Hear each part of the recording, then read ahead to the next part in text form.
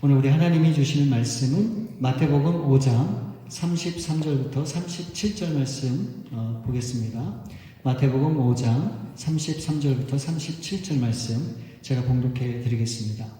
또 옛사람에게 말한 바 헛맹세를 하지 말고 내 맹세한 것을 주께 지키라 하였다는 것을 너희가 들었으나 나는 너에게 이르노니 도무지 맹세하지 말지니 하늘로도 하지 말라. 이는 하나님의 보좌이며 땅으로도 하지 말라. 이는 하나님의 발등상이며 예루살렘으로도 하지 말라. 이는 큰 임금의 성읍이요 내 머리로도 하지 말라. 이는 내가 한 터럭도 희고 검게 할 수 없음이라. 오직 너희 말은 옳다 옳다 아니다 아니다 하라. 이에서 지나는 것은 악으로부터 나느니라. 아멘. 아멘. 여러분, 사람들과의 관계를 맺는 데 있어서 중요한 것들이 많겠죠. 근데 그 중에 하나를 꼽으라면 저는 그것이 말이다 라고 그렇게 말씀드리고 싶어요. 우리가 결국은 이 말이라고 하는 수단을 통해서 우리가 신뢰를 얻기도 하고 또 사람들에게 불신하게 만드는 그런 역할을 우리가 만들기도 하기 때문에 그렇습니다. 우리 속담에 말 한마디에 천냥빚을 갚는다라고 하는 말이 있잖아요. 근데 이 성경에도 보면 이 말에 대해서 굉장히 많은 부분 언급하고 있는 것을 우리가 볼 수 있는데 그 많은 말 중에 제가 구약에서 하나, 신약에서 하나 이 말에 관한 내용을 뽑았습니다.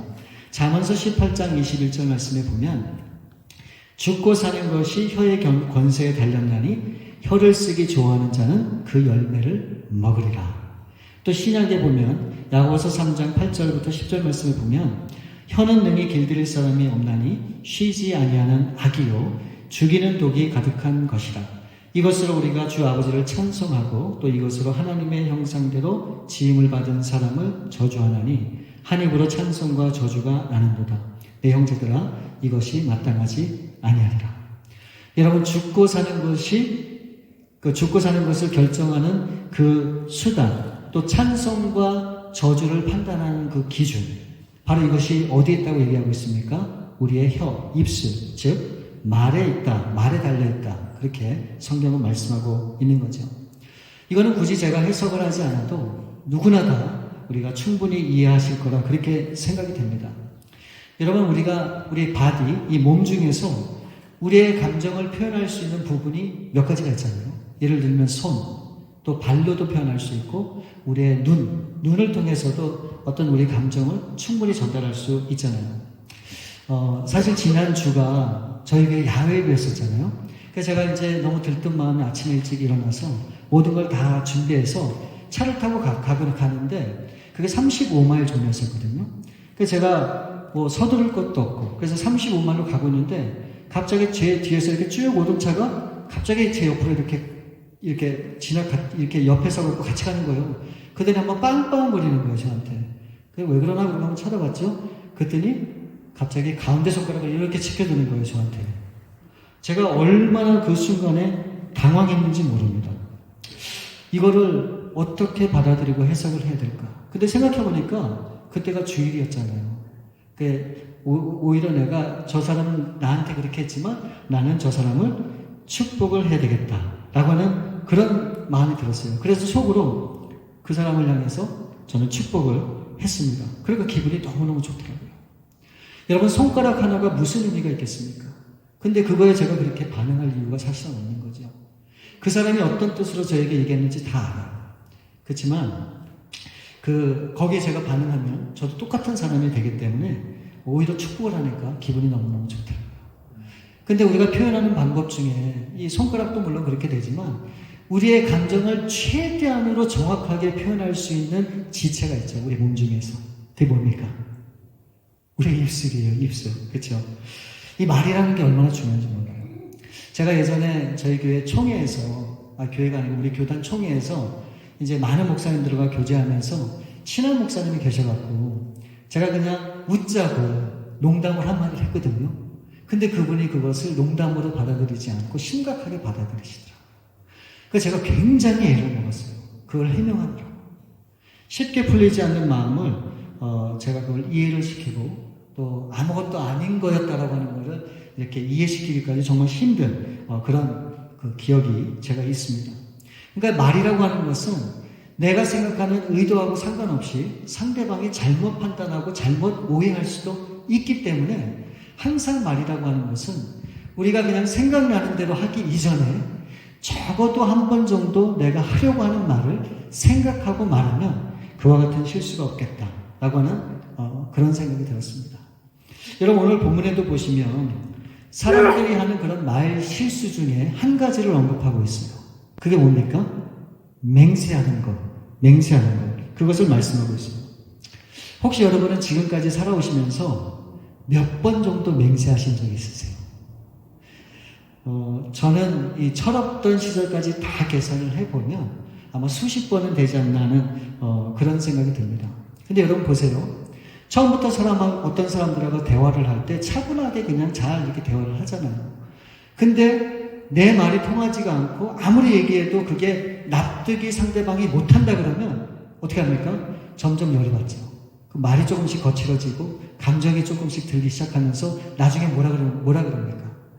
내가 맹세코 얘기하는데 그러고 결국 맹세를 하게 하는 그 자리까지 가게 돼요.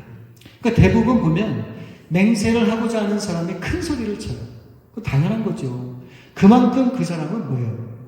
자신이 얘기한 그거에 대해서 확신하고 그것을 믿는다라고 하는 그런 당당함이 그 사람에게 있기 때문에 그렇죠. 제가 옛날에 신앙생활할 때 이 맹세라고 하는 것에 대해서 성경 공부를 할 때 그렇게 배웠어요.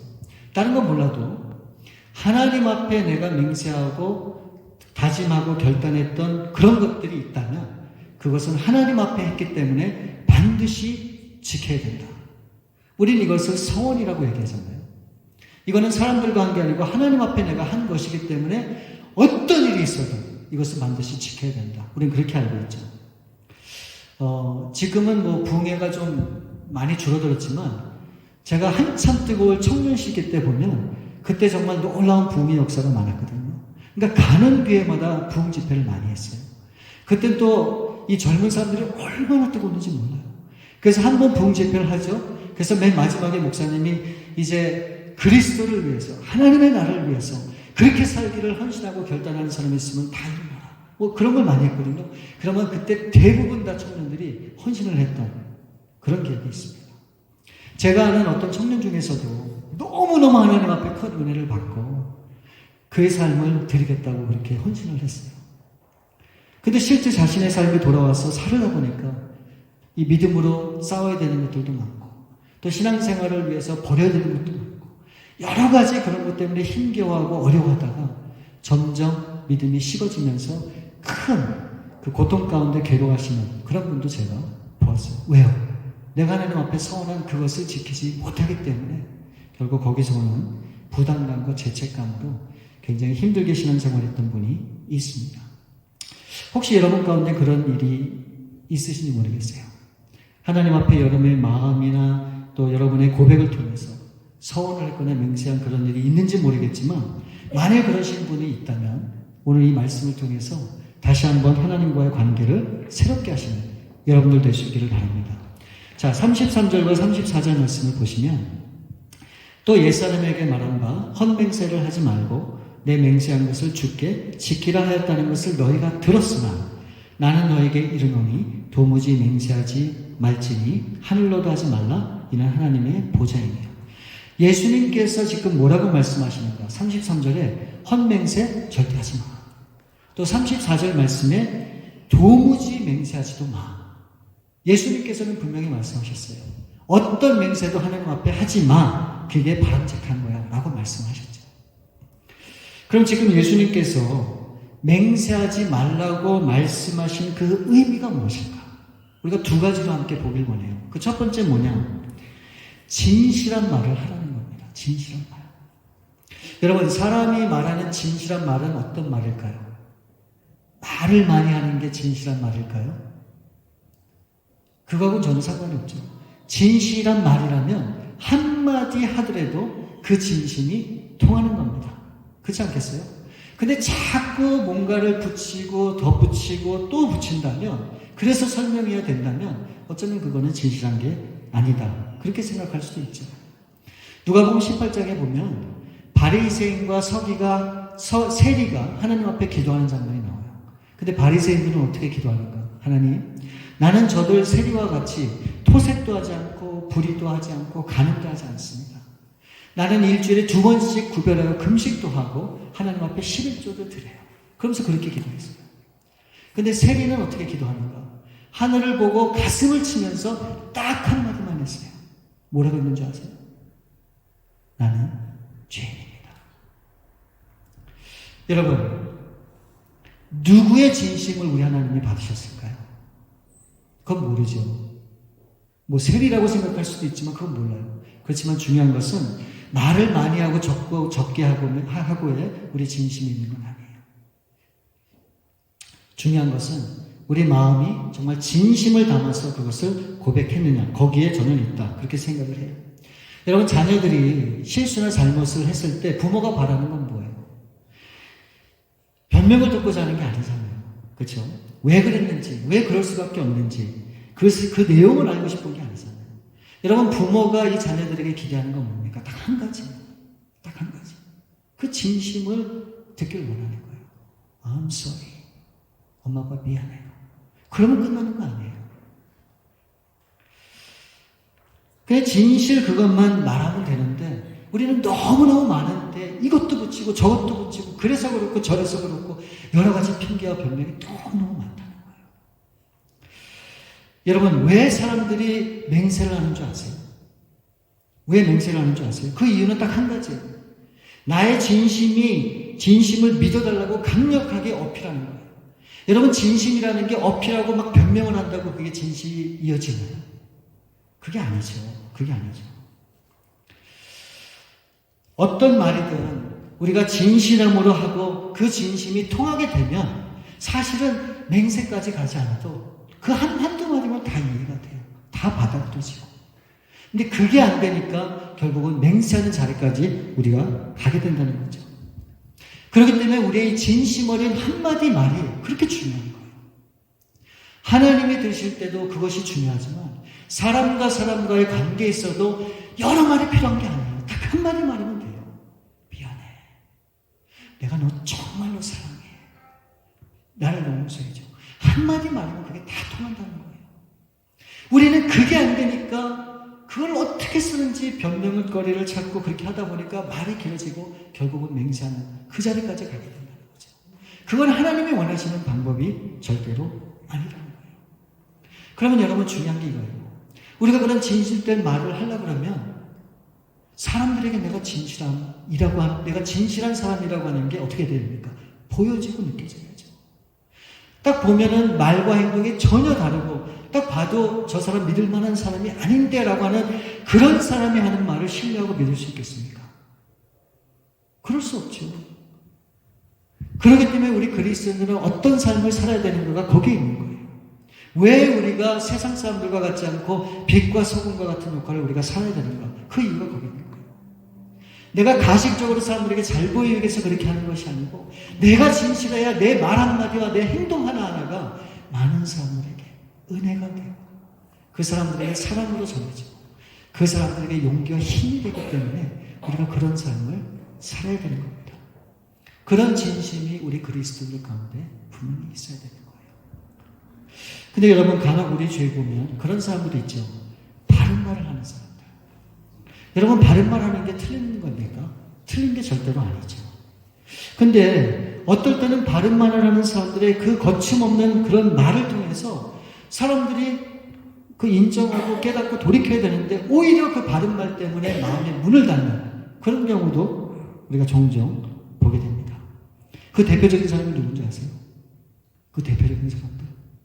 바른 말을 하는데 결국은 아무것도 해결이 안 되고 오히려 그것 때문에 더 관계가 어려지는 그 대표적인 사람들 누구입니까? 부부예요, 부부.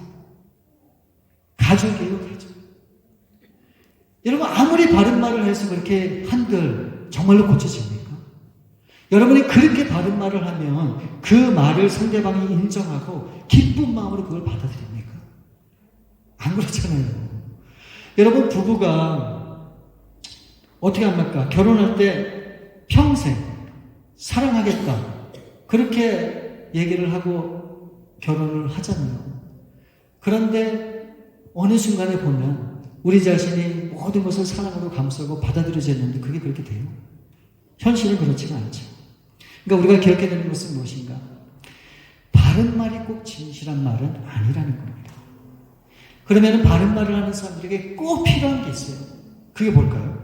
바로 그것은 바른 말을 하지 말라고 하는 것이 아니라 그 말을 하기 전에 반드시 상대방을 존중하고 상대방의 입장에서 다시 한번 생각하는 그런 시간이 있어야 되는 거예요.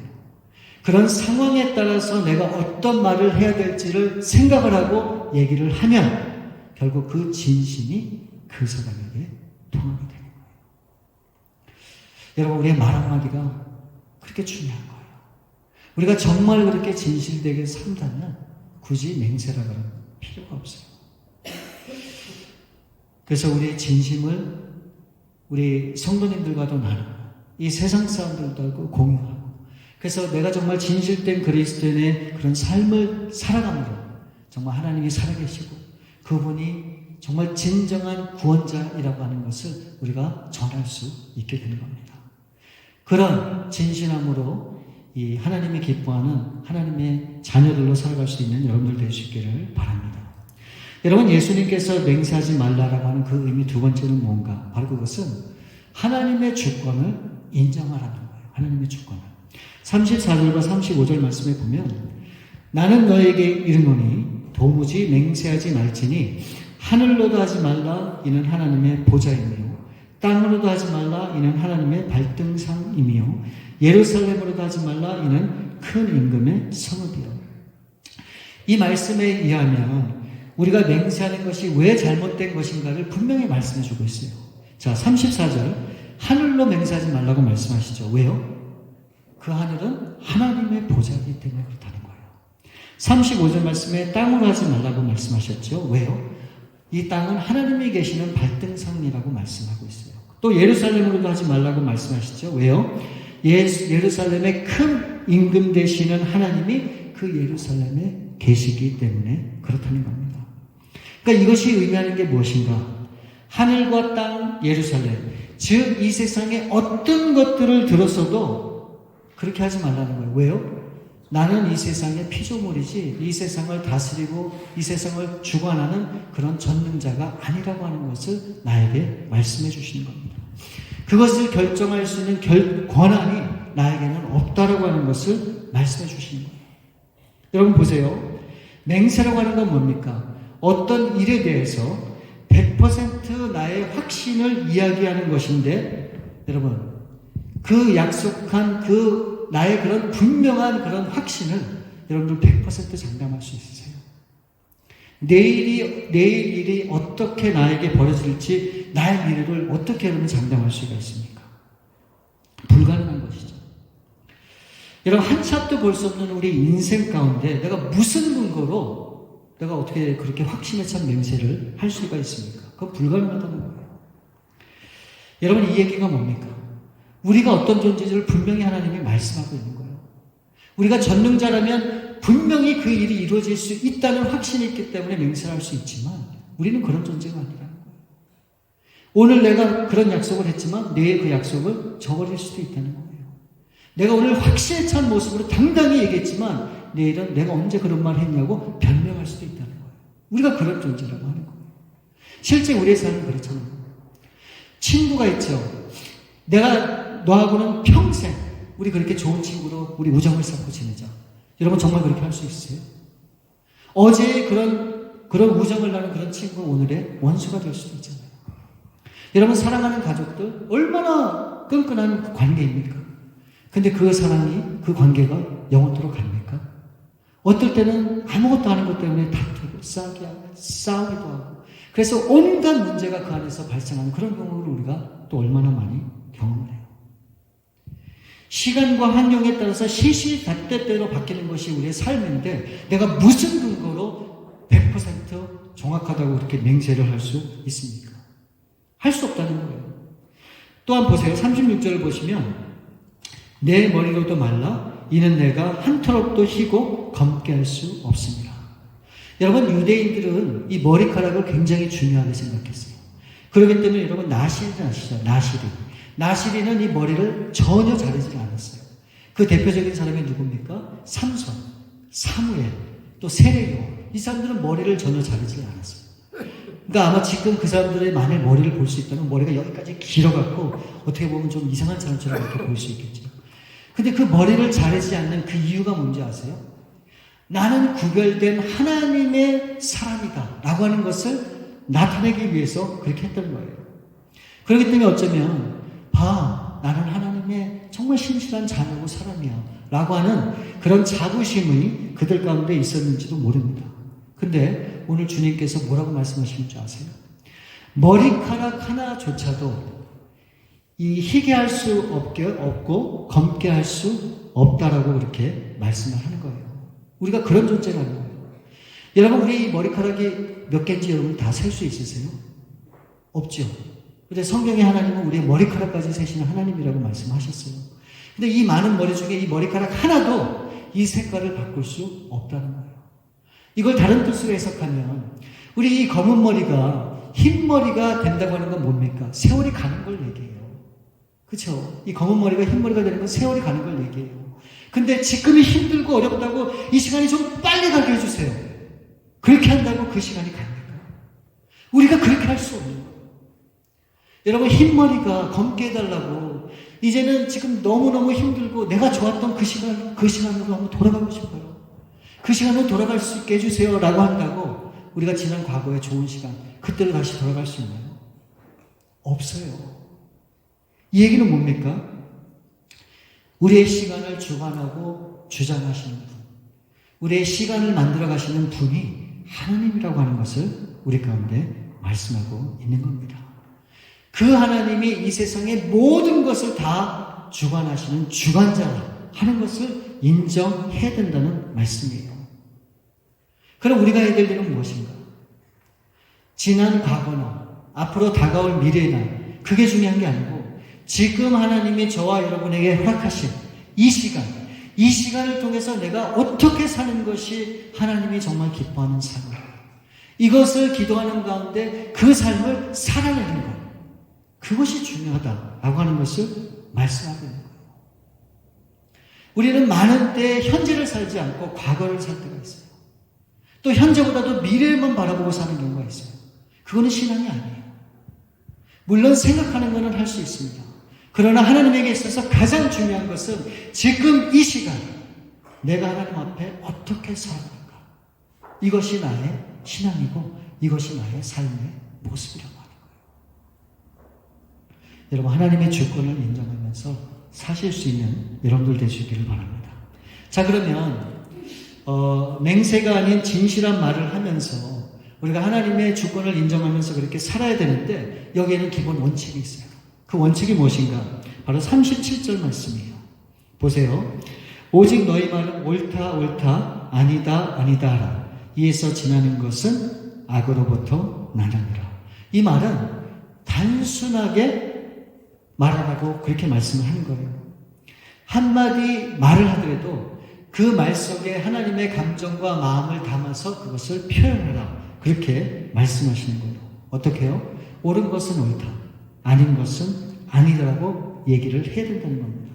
근데 여러분, 옳은 것은 옳다고 얘기하는 것은 그래도 쉬워요. 근데 아닌 것을 보면서 아니라고 얘기하는 것은 쉽습니까? 어렵습니까? 쉽지 않아요. 아무리 부부라도 그런 얘기 잘못하면은 큰일 납니다. 그쵸? 그 참, 어떻게 보면 아니라고 하는 말 때문에 감정이 상할 수도 있고, 관계가 틀릴 수도 있고, 정말 생각지도 않은 그런 일들이 우리 가운데 벌어질 수도 있는 거예요. 그렇지만, 그렇다고 아니라고 하는 것을 그냥 말을 안 한다. 그것은 아니라고 하는 것을 분명히 말씀하고 있는 거예요. 그래서 우리가 어떻게 해야 되는가? 옳은 것은 옳다고 얘기하고, 아닌 것은 아니라고 말씀을 해야 되는데, 여러분, 그 판단 기준이 무엇인가? 여기에 적용해서 하고 안 하고를 결정하면 돼요. 그건 무엇인가? 에베소서 4장 13절 말씀에 보시면 우리가 다 하나님의 아들을 믿는 것과 아는 일에 하나가 되어 온전한 사람을 이루어 그리스도의 장성한 분량이 충만한 데까지 이르니니. 여기에 보면 우리가 다 하나님의 아들을 믿는 것, 이 아들에 관한 일, 이게 누굽니까? 그리스도죠. 그 그리스도의 그 복음 안에서 내가 믿는 것과 아는 것에 대해서 절대로 노라고 얘기하면 안 된다는 거예요. 여러분이 복음이라고 하는 것, 이 진리라고 하는 것, 이 말씀이라고 하는 것, 이것은 우리가 타협의 여지가 전혀 없다라고 얘기하는 거예요. 이것만이 정말 생명의 길이고 구원의 길이라고 하는 것을 우리가 양보해서는 안 된다고 그렇게 말씀하고 있는 거예요. 이 일에 관계된 일에 대해서는 어떤 일이 있어도 무조건 하나님의 말씀이 맞다. 이것은 절대로 잘못된 게 아니고 이것이 지당한 말씀이고 이게 맞는 말씀이다. 우린 그렇게 얘기를 해야 된다는 거예요. 그러면 어떤 말에 대해서 우리가 아니다라고 얘기를 해야 되는가? 에베소 4장 14절 말씀에 보면 이는 우리가 이제부터 어린아이가 되지 아니하여 사람의 속임수와 간사한 유혹에 빠져 온갖 교훈의 풍조에 밀려 요동하지 않게 하려 합니다. 여기에 보면 사람의 속임수, 간사한 유혹, 세상의 교훈 이런 것들에 대해서는 우리가 과감하게 아니다라고 하는 선을 거야 된다는 거예요. 여러분, 하나님 앞에 한 발을 거치고 세상 가운데 한 발을 거치고 그렇게 살아갈 수는 없어요. 우리가 말씀 안에서는 그것이 옳다라고 인정하고 그렇게 우리가 삶을 살아야 되지만 결국 사람들이 속이는 그런 속임수와 그런 유혹과 이 세상의 풍조와 교훈에 대해서는 우리는 받아들여서는 안 된다라고 하는 것을 분명히 말씀하고 있는 거예요. 여러분, 이게 쉽지 않죠. 이게 정말 어려운 일입니다. 그래서 우리 가운데 믿음이 필요한 거고 그래서 우리 가운데 그 믿음의 도전이 필요한 거예요. 그러니까 여러분, 그리스도의 삶이라고 하는 것은 결코 쉽지가 않아요. 이 둘 중에 하나를 선택해야 되는 매 순간의 그런 선택과 결정을 앞두고 우리가 뭔가를 결정을 해야 돼요. 그게 결코 쉽지가 않습니다. 그런데 여러분, 이 말씀을 한번 주목해서 보세요. 고린도후서 1장 20절 말씀에 보면 하나님의 약속은 얼마든지 그리스도 안에서 예가 되니 그런즉 그로 말미암아 우리가 아멘하여 하나님께 영광을 돌리게 되느니라. 여러분, 우리가 하나님 앞에 영광 돌리는 삶이 무엇인지를 아주 분명하게 말씀하고 있어요. 영광 돌리는 삶, 그게 뭡니까? 하나님이 약속하신 모든 하나님의 약속에 대해서 맞습니다, 주님. 주님만이 옳습니다. 그것만이 길입니다. 라고 하는 그런 생각과 마음을 가지고 그렇게 살아가고자 하는 사람에게 하나님의 영광이 나타나고 하나님의 영광된 길을 갈 수 있도록 하나님이 이끌어 주시겠다 라고 말씀합니다. 여러분, 저는 분명히 믿어요. 천국 가면 분명히 하나님 앞에 큰 영광의 면류관을 받는 사람들이 있을 거예요. 어떤 사람들이 그런 사람을 받나? 나에게는 힘들고 버겁고 참으로 견디기 어려운 그런 일이지만 오로지 하나님께서 그렇게 하라고 말씀을 하셨기 때문에 예스하고 맞습니다 라고 하고 끝까지 주님을 붙들고 따라가는 그런 사람들, 내 것을 포기하면서까지 주님을 위해서 삶을 살아가는 사람들, 그런 사람들이 하나님 앞에 큰 영광의 면류관을 받을 거라 저는 그렇게 확신을 합니다. 저는 우리 베다니교회 모든 성도님들이 정말로 하나님 앞에 섰을 때 그런 영광의 면류관을 받는 우리 성도님들 됐으면 좋겠어요. 그냥 어떻게 하다가 주님을 믿어서 천국을 가긴 가지만 그렇게 가는 천국이 아니라 정말 주님 앞에 섰을 때 이 땅에서 그렇게 한 건 없지만 그래도 조그마한 거에서부터 우리 주님을 위해서 내 자신을 포기하고 하나님의 기쁨과 영광을 위해서 내 삶을 드린 그런 흔적을 남기는 여러분들이 되었으면 참 좋겠어요. 여러분, 그것이 하나님이 기뻐하는 삶이에요. 이것은 결코 쉽지 않지만 우리가 그렇게 살고자 할 때 하나님께서 성령을 통해서 우리를 도와주시겠다 그렇게 약속하고 있는 거예요. 그런데 여러분, 포기하지 마세요. 절망하지도 말고 한번 도전해보세요. 작은 거 하나라도 내 자신을 위해서가 아니라 하나님의 영광을 위해서 그렇게 살면 하나님의 기뻐 받으시고 하나님이 우리 가운데 놀라운 은혜를 매 순간 부어주시다 그렇게 믿습니다. 그런 여러분들 될 수 있기를 우리 주님의 이름으로 축원드립니다. 우리 이 시간에 잠깐 기도하는 시간 갖길 원합니다. 여러분, 하나님께서는 우리가 진실한 말을 하길 원하세요. 그 진실한 말은 결국은 진실한 삶을 얘기해요. 내가 나 자신을 향해서 나는 진실한 사람이야. 나 좀 알아줘. 나 좀 봐줘. 여러분 그렇게 한다고 그 사람의 진실이 전해질까요? 아니죠. 다른 사람들이 나를 봤을 때 내가 말하는 말 한마디, 내가 바라보는 그 눈빛 하나, 내가 행하는 그 손짓 하나 가지고 사람들은 느껴요. 저 사람은 뭐가 틀리구나. 저게 하나님의 사랑이구나. 여러분 그런 삶이 우리 가운데 있다면 얼마나 좋겠습니까? 그러면 내가 화려하지 않아도 나의 작은 그런 몸짓 하나와 삶을 통해 우리 주위 사람들이 그걸 통해 변화를 받아요. 그리고 주님을 알게 되고, 여러분 그게 전도고 그게 선교고 그게 사람들을 구원하는 방법이라고 저는 믿어요. 우리가 그런 삶을 살아내야죠. 세상 사람과 똑같이 살면 우리 가운데 진실함이 어디 있겠습니까? 없죠. 이 시간 함께 기도하기 원해요. 하나님 정말 그런 진실함이 우리 가운데 있도록 도와주옵소서. 지금은 비록 힘들고 가식적이고 나타내는 걸 좋아하는 그런 삶이지만 하나님 이제 바뀔 수 있게 도와주세요. 이제 말 한마디 하더라도 진심을 담아서 하고 행동 하나를 하더라도 정말 하나님의 그런 마음과 심정으로 할 수 있게 도와주셔서 나를 통해 하나님의 영광이 드러나는 일에 나를 사용해 주옵소서. 우리 그렇게 한번 기도하겠습니다. 아버지 하나님 감사합니다. 우리 귀한 성도님들 정말 진실된 말과 행동과 삶을 그렇게 살아갈 수 있기를 원합니다. 그래서 우리를 통해 역사하시는 하나님의 놀라운 은혜가 정말 많은 아직도 주님을 모르는 사람들에게 전해지고 그들이 우리를 바라봤을 때 우리의 그 진실함을 통해 정말 구원 얻는 놀라운 역사가 있기를 원합니다. 우리 사랑하는 베들교회 우리 성도님들 한 분 한 분마다 정말 그런 삶을 추구하고 살 수 있도록 도와주셨어요. 우리를 통해 역사하시는 하나님의 은혜가 우리 가운데 넘칠 수 있도록 하나님 도와주옵소서. 아버지 하나님 정말 짧은 인생 우리가 살지만 나 자신만을 포장하며 나 자신만을 나타내며 사는 그런 겉만 보이는 그런 인생이 아니라 우리의 진심을 담아 살아내는 그런 인생으로 쓰임받는 우리가 될 수 있기를 원합니다. 하나님 우리를 붙들어 주옵소서. 우리 가운데 역사해 주옵소서. 우리 가운데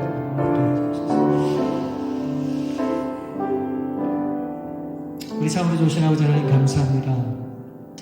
오늘 우리 말씀을 통해서 우리가 어떤 삶을 또 어떤 말을 해야 될지를 알려주심을 감사합니다. 하나님 정말 이 말 한마디가 사람을 죽이기도 하고 또 사람을 절망 가운데 몰아넣기도 하는데 우리가 그런 사람이 되지 않도록 도와주시고 우리의 이 입술과 말을 통해 사람을 살리고 사람들을 일으켜 세우고 사람들에게 소망을 주는 그런 아름다운 그런 우리 주의 백성들 다 될 수 있도록 하나님 우리를 역사해 우리 가운데 역사해 주셨길 원합니다. 이제부터 진실함으로 살길 우리 그렇게 구하고 기도하는 우리 사랑하는 성령님들 꼭 그런 삶을 살 수 있도록 도와주시고 우리 성령님이 도와주셔서 우리가 지금은 부족하지만 조금씩 나아지는 그래서 정말 그리스도의 장성한 분량까지 자라가는 우리 귀한 성령들의 삶이 되도록 하나님 이끌어 주시옵소서. 모든 삶을 주 앞에 맡겨오며 우리 거룩하신 주 예수 그리스도 이름으로 감사하며 기도 올려옵나이다. 아멘.